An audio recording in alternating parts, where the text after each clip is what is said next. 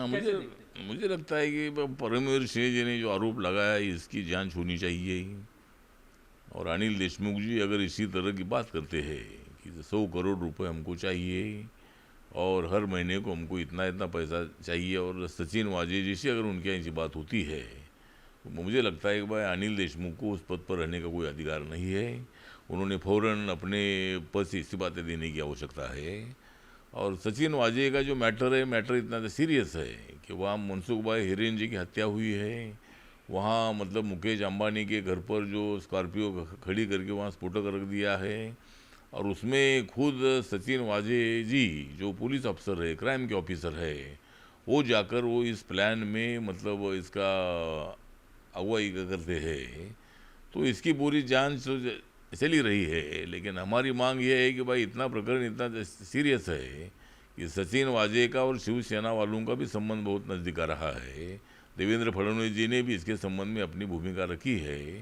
तो मुझे लगता है कि बहुत सारी जो 4 गाड़ियाँ हैं, वो 4 गाड़ियों में भी कुछ शिवसेना के नेताओं की गाड़ियाँ के नाम उसमें है।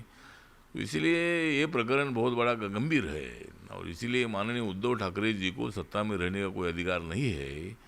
मैं अमित शाह साहब को, गृह मंत्री साहब को मैं पत्र लिखने वाला हूँ मंडे को, और महाराष्ट्र में राष्ट्रपति शासन लागू होना ही चाहिए, क्योंकि स्थिति लॉ एंड ऑर्डर की बिगड़ती जा रही है और सरकार मतलब काम करने में उतनी सक्षम नहीं रही है।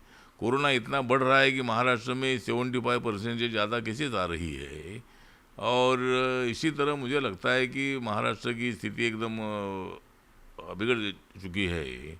इसीलिए राष्ट्रपति शासन लागू होना चाहिए। अनिल देशमुख जी ने फौरन रिजाइन देना चाहिए, और परमवीर सिंह जी ने जो आरोप लगाया है इसकी जांच पूरी होनी चाहिए, ऐसा मुझे लगता है। दूसरी तरफ होम मिनिस्टर ने दोबारा भी ट्वीट किया। उन्होंने कहा कि सचिन वाजे के डायरेक्ट लिंक थे एंटीला केस में, मनसुख हिरेन में, जो कि सामने आ रहे हैं, और परम सिंह को ये डर लगता है कि कनेक्शन कहीं सामने ना आ जाए, इस वजह से ये एलिगेशन लगाए जा रहे हैं ताकि एक लीगल एक्शन से बच सकें।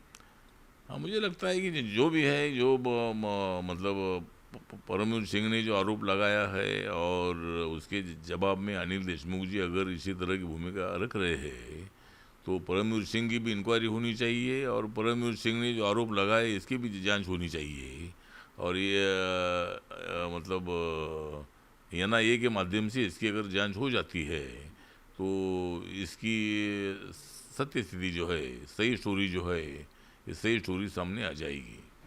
सर, किस तरीके से देखते हैं एक तरीके से इतनी बड़ी सिटी और इस तरह की चीज़ें होना, क्या लगता है आपको? सर, गठबंधन की सरकार चल रही है और तमाम नेता हैं, कैसे देखते हैं सर आप?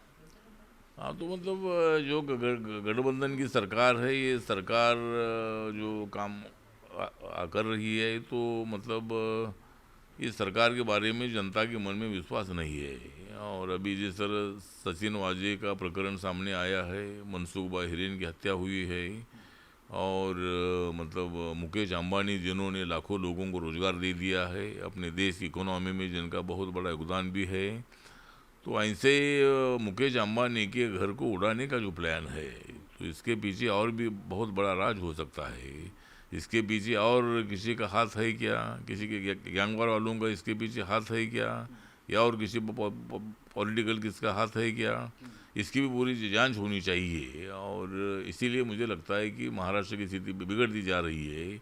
इसीलिए मैं बार बार मांग कर रहा हूँ कि महाराष्ट्र में राष्ट्रपति शासन लागू होना बहुत बड़ा जरूरी है।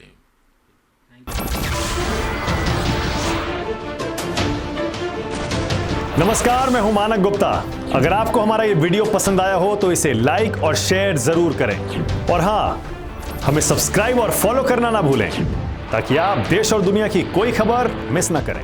तो जुड़े रहिए हमारे साथ और देखते रहिए न्यूज़ 24।